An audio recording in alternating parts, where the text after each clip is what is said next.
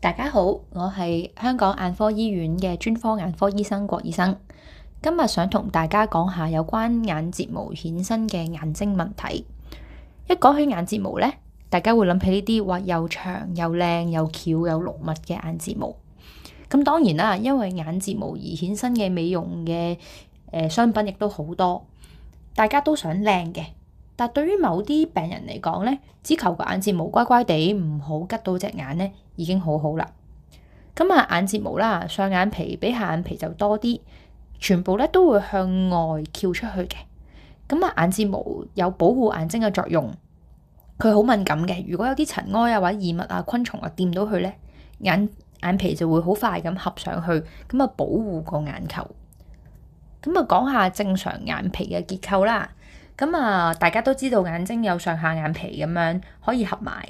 我哋睇下右手邊呢幅圖，一個正常眼皮嘅結構咧，由外邊去到內邊，內邊即係近眼珠嗰邊咧。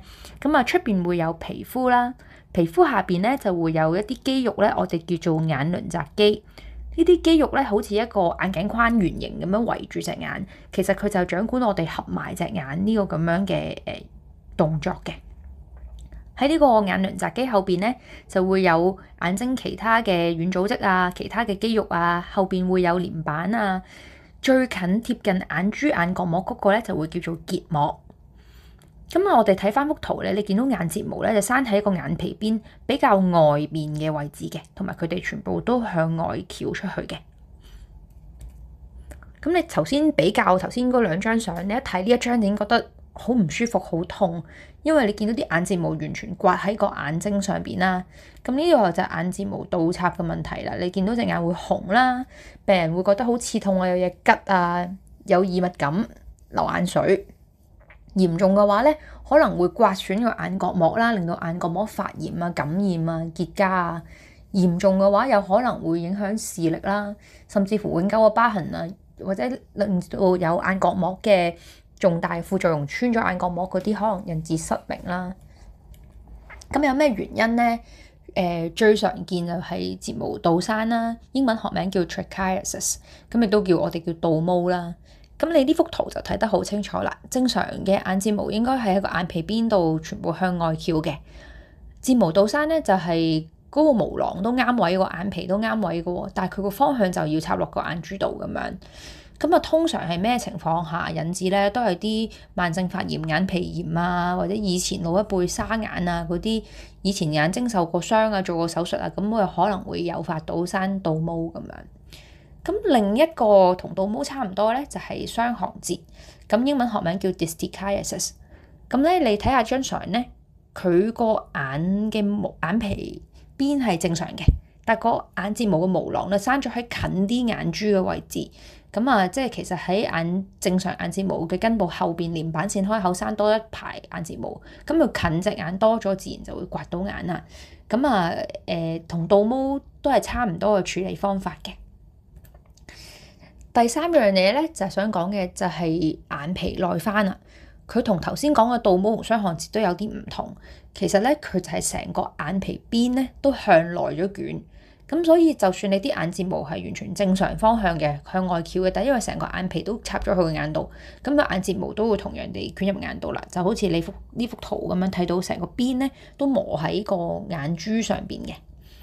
通常嘅成因咧，一係就係結痂性啦，結痂就即係咧頭先我哋講貼近眼珠嗰邊係結膜啊嘛，結膜嗰邊有啲嘢令到佢發炎收縮起啦，成拉咗個眼皮向內翻。呢啲通常嘅原因都係沙眼慢性嘅結膜炎或者有啲病人好長期用藥物等等會引致呢個結痂性嘅眼皮邊緣向內翻。另外一樣咧，退行性咧就係英文譯過嚟啦。就其實係年紀大咗啦，老人家啲筋腱肌肉全部都鬆弛咗，拉到個眼皮扯行去肌肉鬆咗，個眼皮邊本身又鬆咗，咁所有嘢都鬆咧，佢就可以有個虛位俾佢捲入去咁樣。咁咧兩個唔同原因咧，個處理嘅方法都有啲唔同嘅。咁呢兩套相就係俾大家睇下兩種唔同嘅眼皮內翻啦。左手邊膚色比較黑嗰個病人咧，就係即係結痂性嘅眼皮內翻。你見到佢咧，成個眼嘅結膜都好紅啊，好多拉啊，拉咗個眼皮向內咁樣。咁啊，通常結痂性嘅眼皮內花都喺上眼皮嘅。右手邊嗰個咧係一個鬆弛影響嘅眼皮內翻啦。你見到個病人個下眼肚個下眼皮其實都比較鬆嘅，佢都冇拉緊。咁啊，通常呢啲比較鬆弛嘅眼皮內翻都係東方人多啲，同埋都係下眼皮多啲嘅。咁眼皮內翻或者倒毛，頭先講全部都係啲發炎啊，或者鬆弛啊，以前發生過某啲嘢引致，咁係咪全部都係老人家會有咧？其實又唔係嘅喎，有啲眼睛倒插嘅問題咧，係小朋友 BB 比較多見嘅。咁咧佢就叫做內痔疥皮，或者即係生個疥皮咁樣啦。內痔即係眼角內角嗰個位置，呢幅相睇得好清楚啦。見到內角咧有成塊皮咧，好似好厚谷起咗咁樣，咁咧佢就會推咗啲眼睫毛向內，就會吉眼嘅啦。咁呢啲通常都係先天性嘅 BB 開始有嘅。咁啊，但係因為好細個 BB 嗰陣咧，可能啲眼睫毛比較柔軟咧，未必有好多症狀嘅。咁乜嘢 BB 比較多有咧？你又睇下呢張相啦，呢個 BB 好可愛啦，又肥嘟嘟啦，塊面又好有肉啦。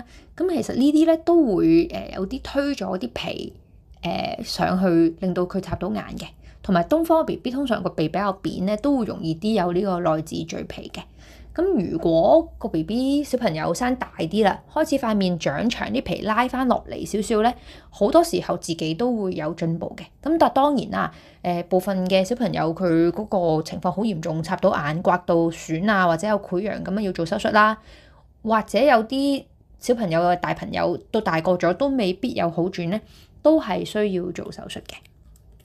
咁啊，講下治療方法啦。咁啊，淨係治療個倒毛咧，都有好多唔同方法。最容易理解就係滴滋潤藥水藥膏去滋潤個角膜，令到減少不適感啦。咁啊，呢個係症狀上嘅舒緩。其實有個部分嘅病人咧，如果倒插毛嘅情況唔係好嚴重咧，佢哋又唔係好覺咧，其實都冇乜必要一定要去處理佢嘅。即係如果佢冇乜症狀又冇乜併發症嘅話，咁啊，其餘處理倒毛嘅方法有掹咗佢啦，掹咗佢大家都明白啦，一陣間都會再講。想嘗試去摧毀個毛囊方法有電燒啊、激光啊、冷凍治療啊，甚至乎手術。一個病有咁多唔同方法揀咧，其實就話俾你聽冇一個最好嘅方法。其實每一個方法咧都伴隨即係相當嘅有機會會翻發同埋有啲副作用咁樣。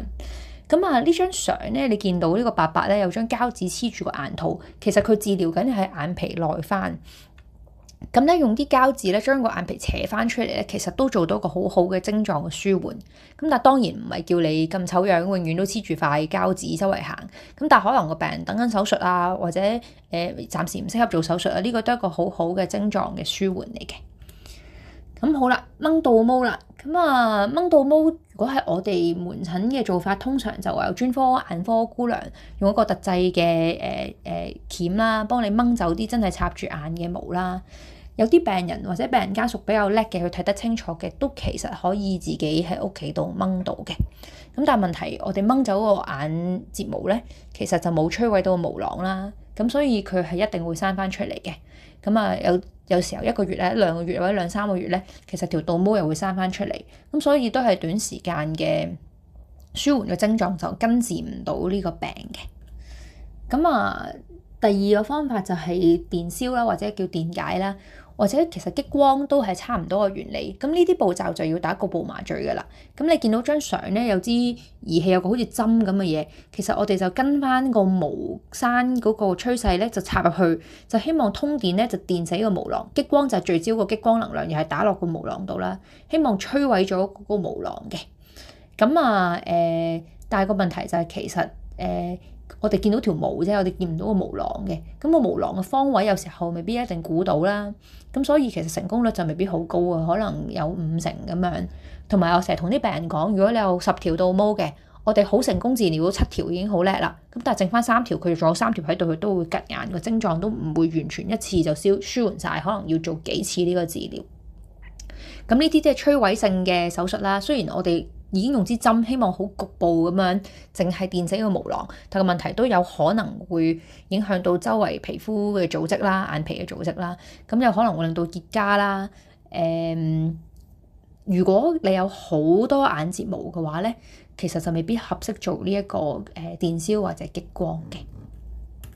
咁下一個方法就係冷凍治療啦。冷凍又係另一個方法去令到我哋可以摧毀啲毛囊組織啦，亦都係要局部麻醉手術做嘅。咁我哋會有個特別嘅凍頭，佢就會咧令到佢掂到個組織咧變咗一個-20度以下，變咗一個好似冰咁嘅波。咁啊，透過呢一個原理咧，就會摧毀到啲附近嘅組織。咁我哋嘅目標就係想摧毀啲唔啱到生嘅毛囊啦。咁個問題其實佢都係會摧毀到其他附近組織，尤其是有時候皮膚我哋有色人種皮膚嗰啲色素啊。咁所以做完之後咧，你預計嗰個局部治療嘅位置咧就會腫啦、紅啦、發炎嘅反應啦，同埋可能會啲皮膚顏色會唔均勻嘅。咁佢比較合適就係處理一啲一執即係比較多有密集嘅倒毛啦。咁啊，治療嘅成效咁啊理論上就應該比就咁用電解好少少嘅。咁但係就要睇下個別病人合適嘅程度。咁啊，如果頭先講過啦，我哋電解啦或者做冷凍啦都唔適合或者都唔得咧，咁仲最後嘅板斧就係做手術啦。手術咧，因為我哋講成個眼毛倒插入眼有好多唔同成因啦，針對唔同嘅原因咧都有唔同嘅手術。如果純粹真係淨係倒毛咧，理論上我哋可以用特製嘅針咧，或者特製嘅刀咧，我哋就咁切除個毛囊啦。或者你淨係個眼皮好局部嘅位置生倒毛啫。好，咁我哋如果可以眼皮夠鬆弛嘅話咧，成執倒毛嗰個位連同個眼皮全部都切晒去，咁冇咗嗰忽眼皮，你咪冇嗰執倒毛拮住。或者有啲好極端嘅病人咧，佢真係個倒毛影響個眼嘅情況好嚴重啦。我哋連犧牲晒成個眼皮前邊嗰啲組織，即係連皮膚連前面嘅組織，我全部切晒佢咁樣。咁做完之後個外觀上就會係有個疤，而且冇晒眼睫毛，其實就唔係好靚嘅。但係對於啲好嚴重嘅病人嚟講咧，呢個都係一個即係最後嘅方法啦。咁如果你係小朋友有嗰個眼角嘅聚皮咧，咁呢個手術就相對簡單啲。頭先講過啦，如果可以唔需要做手術觀察嘅，可以觀察。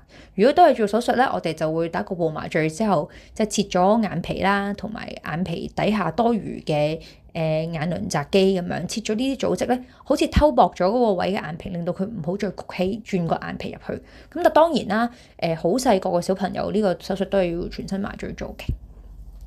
至於眼簾內翻咧就比較複雜啦，即係頭先講過啦，佢都有唔同成因啦，咁要針對佢唔同成因做唔同手術。如果佢係結痂性嘅，即係個拉到佢捲入去咧，咁我哋要放鬆啲疤痕組織啦，或者甚至乎有啲病人個拉好緊嘅，我哋要放鬆咗佢之後，植入一啲黏膜啊或者其他嘅組織去褪翻鬆佢，令到佢眼皮唔好捲入去。調翻轉。因為啲眼嘅肌肉啊，或者眼皮嘅組織好鬆弛，好似呢幅相咁樣，見到佢成個眼下眼皮都係鬆咗出嚟嘅，好多虛位嘅。咁呢啲我哋嘅手術調翻轉就要收緊嗰啲組織啦，可能扯緊個眼角啊，或者我哋揾針線釘翻好佢，令到佢扯住眼皮嘅力均勻翻，令到佢唔好捲入去。咁啊，對於呢一部分嘅病人咧，有一啲簡單嘅方法咧，即係唔使開刀就咁縫線咧，都可以短暫舒緩到個眼皮內翻嗰個情況，咁啊舒緩到個症狀嘅。咁但係就咁縫線咧，理論上佢就翻發嘅機會比較高啲。但係個別病人可能年紀好大啊，或者身體狀況唔能夠令到佢做局部麻醉手術啊，咁都係一個簡單可以喺門診度做到嘅方法去處理呢個問題。咁講到呢度，希望大家都聽到多少認識多啲呢個眼睫毛倒生啊，或者眼皮內翻嘅問題啦。咁醫生長期都講啦，唔好捽眼啦，因為捽眼一咧就有可能越捽越鬆啦，眼睛嘅肌肉或者組織鬆弛會令到呢個問題更加差啦。就算小朋友都係嘅，因為你越捽眼有可能就令到啲組織腫咗，佢又再捲多啲入去，都係會插多咗眼睛。同埋咧，個別嘅病人咧，可能本身個眼睫毛係冇乜嘢去直嘅，但係你好大力捽佢嗰陣咧，你其實咬彎咗個眼睫毛，佢都係會拮眼嘅，所以點都好就唔好捽眼啦。第二咧就要保持眼皮清潔，因為好多時候倒山毛咧都係因為啲慢性嘅眼炎、眼皮炎引致嘅。咁眼皮炎咧，其實我哋多啲清潔就會有啲幫助啦。亦都有啲可能女士化妝啊、戴假眼睫毛啊、搽睫毛液啊、mascara 嗰啲咧，都記得要保持清潔，即係要處理得好啊，落妝落得乾淨咁樣。第三就係真係有咁嘅情況，你懷疑自己睫毛倒生隻眼好紅啊、好痛嘅時候咧，就要及早求醫啦。就算真係淨係睫毛倒生，頭先聽都有咁多唔同嘅病因啦，咁啊真係要專科眼科醫生去睇過先知咩事嘅。何況你眼痛啊、流眼水啊、拮啊，唔一定淨係因為睫毛倒生，可能係其他更加緊要嘅問題，例如眼角膜潰瘍啊、發炎啊等等。咁如果呢啲情況唔處理嘅話咧，有可能真係會嚴重影響視力，甚至失明嘅。所以記得咧，有啲咁嘅問題咧，就及早求醫睇翻你嘅專科眼科醫生。咁咧呢日嘅 video 咧就係咁多啦，多謝晒大家收看。